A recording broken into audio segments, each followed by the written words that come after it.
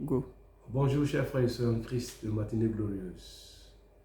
Une grâce particulière de la part de Dieu. Que son nom soit béni pour sa bonté renouvelée à notre endroit. Les semaines antérieures, nous avons vu les ministères universels désignés par le Seigneur pour l'édification de l'Église.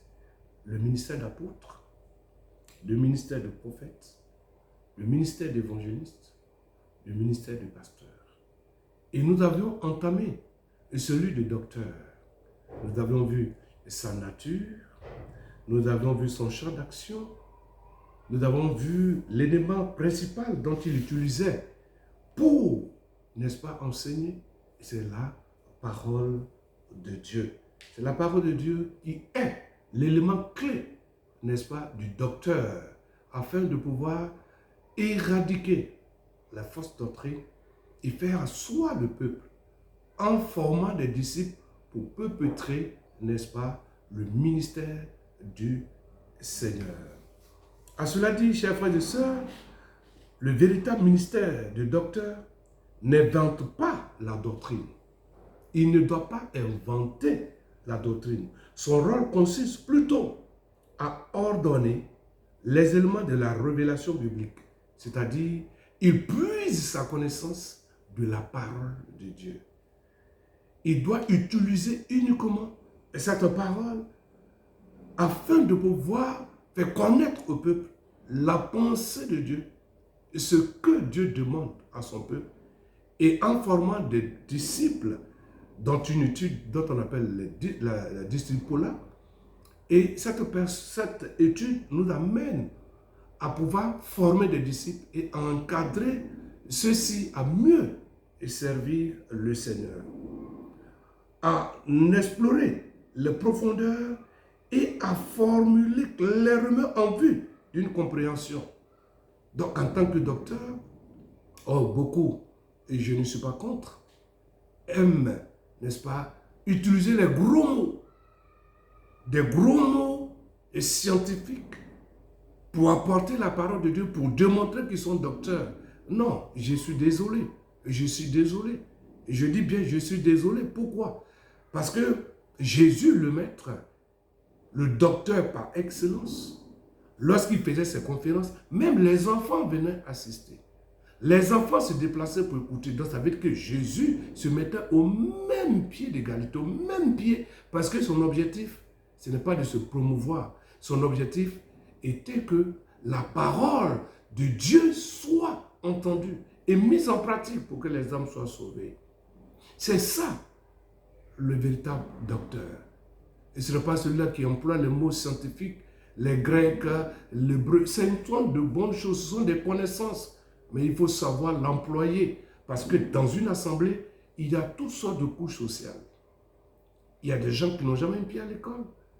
On me racontait un jour l'histoire d'un étudiant qui était allé dans une assemblée ou dans un village, et pendant qu'il prêchait, il dit que nous allons étudier, n'est-ce pas, les attributs moraux, n'est-ce pas, de Dieu. Après son intervention, une question a été posée à une maman.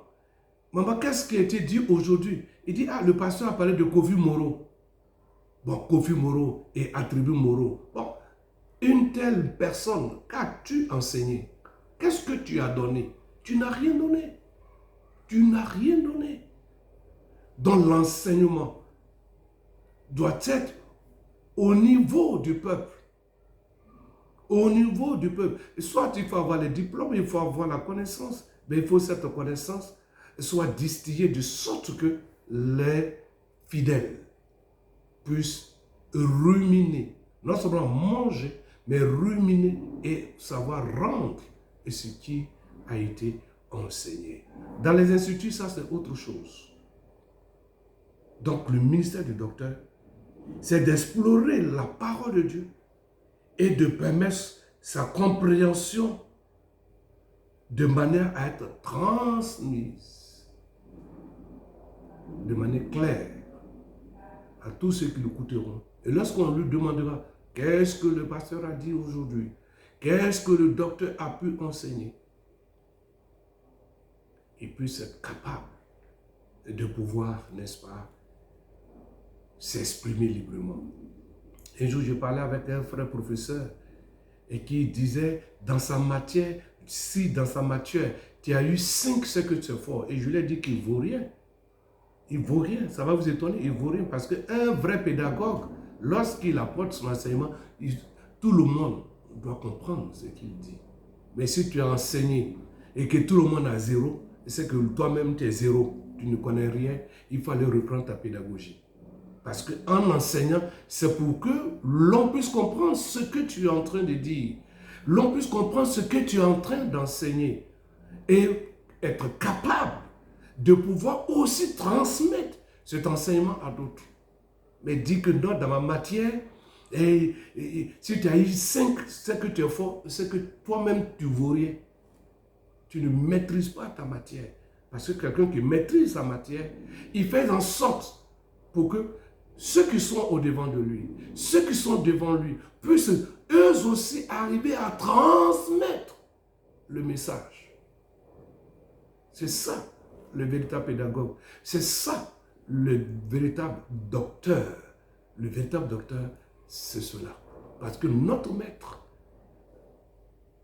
a commencé à enseigner. Il dit, mais si je suis en train de vous dire ce qui est simple, vous ne comprenez pas. Mais si je montre, en d'autres termes, si j'utilise d'autres choses, mais tu ne peux pas. Donc ça veut dire que Jésus était descendu au plus bas, au niveau de ses disciples.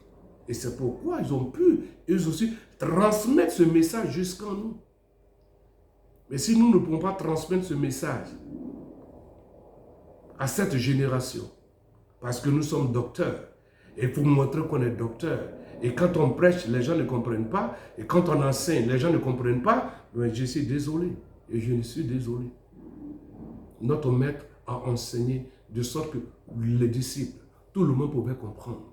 Jusqu'à ce que les gens puissent dire, oh, n'a jamais parlé comme cet homme. Ça veut dire que tout le monde avait compris le message. Chers frères docteurs, alors revoyez votre manière de prêcher, votre manière d'enseigner. Parce que Dieu vous a donné ce don. Dieu vous a qualifié pour que sa parole, d'une manière claire, soit propagée dans le monde entier. C'est ça le ministère de docteur. Que Dieu, dans sa grâce, puisse comprendre votre interpellation, sinon votre cri de cœur, en m'écoutant pour dire, Seigneur, aide-moi à mieux enseigner, à mieux apporter. Et ce n'est pas en fatiguant l'esprit des gens qui montrent qu'on est docteur. Non. Non. Quand tu donnes ta matière, il faudrait que l'on puisse comprendre ce que tu as dit. C'est ça le docteur. C'est cela.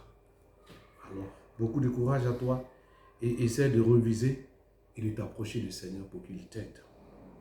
Pour finir, notons que la charge du ministère de docteur consiste essentiellement à arroser. 1 Corinthiens 3, verset 6, c'est-à-dire à rafraîchir, à vivifier, à affermir, à réveiller la foi du peuple de Dieu à partir des Saintes Écritures. À réveiller. Si tu utilises les gros mots, comment ils peuvent comprendre? Si tu utilises les gros mots, les mots théologiques, scientifiques, comment peuvent-ils comprendre? Et cela confère au ministère de docteur un caractère ou une expression moins spectaculaire que les autres ministères. Raison pour laquelle ce ministère fournit à l'observateur avide de spectacles moins de résultats visibles. Car le travail du docteur n'est pas d'évangéliser, mais plutôt d'être très utile à ceux qui ont cru. Acte 18, verset 27. Il est habituellement appelé à arroser ce qu'un autre a planté et a bâti sur le fondement posé déjà par un autre ministère, 1 Corinthiens 3, verset 10 à 12. Voilà ce que le docteur doit faire. Le docteur, c'est ça, il arrose, il rafraîchit, il ravive. Mais si tu apportes des choses qui ne peuvent pas me raviver, Si tu apportes des enseignements que je ne comprends pas pour fortifier ma foi, il me serait difficile de m'approcher du Seigneur parce que je n'ai rien compris de ce que tu as dit. Alors plus le Seigneur, docteur, t'aider à mieux distiller le message que le Seigneur t'a donné. Donc, en voyant les qualifications du ministère de docteur, la tâche essentielle du ministère de docteur consiste à bâtir le corps de Christ. Il nécessite plus que des dons spirituels, même sanctifiés. Il exige une grâce spéciale de Dieu. C'est pourquoi le véritable ministère de docteur est en général pourvu des dons et des qualifications comme la parole de sagesse, la parole de connaissance, le discernement des esprits, l'enseignement, l'exhortation, la présidence, c'est-à-dire don de gouverner ou de présider. Il devra dépendre en tout temps et entièrement de l'onction du Saint-Esprit. Même s'il fait appel à la logique de ses auditeurs, et s'il suit raisonnement sa propre intelligence éclairée par le Saint-Esprit. D'autre part, demeurer dans une connaissance réelle de la parole et dans les voies de Dieu avec la simplicité d'un petit enfant, dans une profonde humilité d'esprit et la marque d'une vraie grandeur chez un docteur. Dans la plupart des cas, ce ministère est joint au ministère du pasteur et la même personne peut exercer le ministère de pasteur, docteur. Toutefois, le ministère de docteur peut aussi être exercé d'une manière tout à fait indépendante à celui du pasteur. Par exemple, comme Apollos et de Paul, Éphésiens, à Éphèse, pardon, et Actes 18, 24 à 26, Actes 19, 29 à 10. Chers frères et sœurs, et chers frères en Christ, de matinée glorieuse, voici ce que le Seigneur m'a mis à cœur. Dieu voulant, le mercredi prochain, nous allons faire la conclusion.